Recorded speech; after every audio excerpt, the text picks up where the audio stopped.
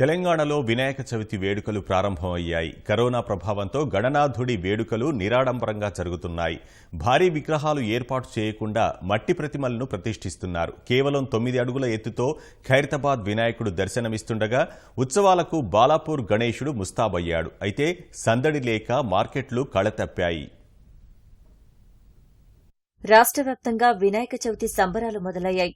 గణేష్ చతుర్థి పురస్కరించుకుని గవర్నర్ తమిళిసై సౌందరరాజన్, ముఖ్యమంత్రి కేసీఆర్ రాష్ట్ర ప్రజలకు శుభాకాంక్షలు తెలియజేశారు. వైరస్ బారి నుంచి బయటపడాలని ఆకాంక్షించారు. రాజ్ భవన్లో విధులు నిర్వహించే అధికారులు, సిబ్బందికి గవర్నర్ మట్టి విగ్రహాలు పంపిణీ చేశారు. చవితి సందర్భంగా రాజ్యసభ సభ్యుడు సంతోష్ కుమార్ మరో నూతన కార్యక్రమాన్ని ప్రారంభించారు.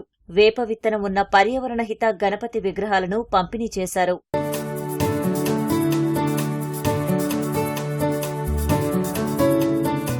మీరు చూస్తున్న ఈ గణపతి విత్తన గణపతి ఈకో ఫ్రెండ్లీ. ప్రపంచాన్ని పట్టిపీడిస్తున్న కరోనా మహమ్మారి నుండి అతి త్వరలో మనకు విముక్తి దొరకాలని ఈసారి గ్రీన్ ఛాలెంజ్ లో భాగంగా విత్తన గణపతిని ఆరోగ్య గణపతిగా పూజించిన తర్వాత దీన్ని మన ఇంటి ఆవరణలోనే నిమజ్జనం చేసుకుని వచ్చిన మొక్క చాలా పవిత్రంగా భావిద్దాం, మొక్కలు పెంచుదాం, అడవులను అభివృద్ధి చేద్దాం.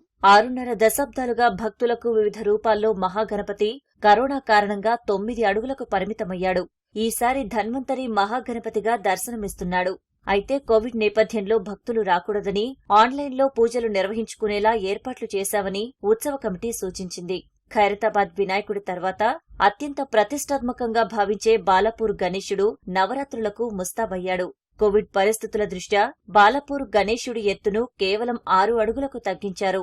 ఉత్సవాలను నిరాడంబరంగా నిర్వహిస్తున్నట్లు, లడ్డూ వేలంపాటను సైతం రద్దు చేసినట్లు తెలిపారు.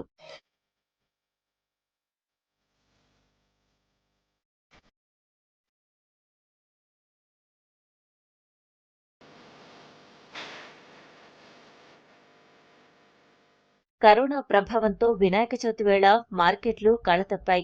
గతంలో భారీ విగ్రహాలు, పూజా సామగ్రి అమ్మకాలతో కోలాహలంగా ఉండే మార్కెట్లు బోసిపోయాయి. ప్రభుత్వ ఆదేశాలకు అనుగుణంగా 1 నుంచి 8 అడుగుల ప్రతిమలే దర్శనమిచ్చాయి. ఈ ఏడాది పెద్ద గిరాకీ లేదని, పెట్టిన పెట్టుబడులు కూడా కష్టమేనని వర్తకులు వాపోతున్నారు. వైరస్ కారణంగా చాలా నష్టపోయామని ఆవేదన వ్యక్తం చేశారు.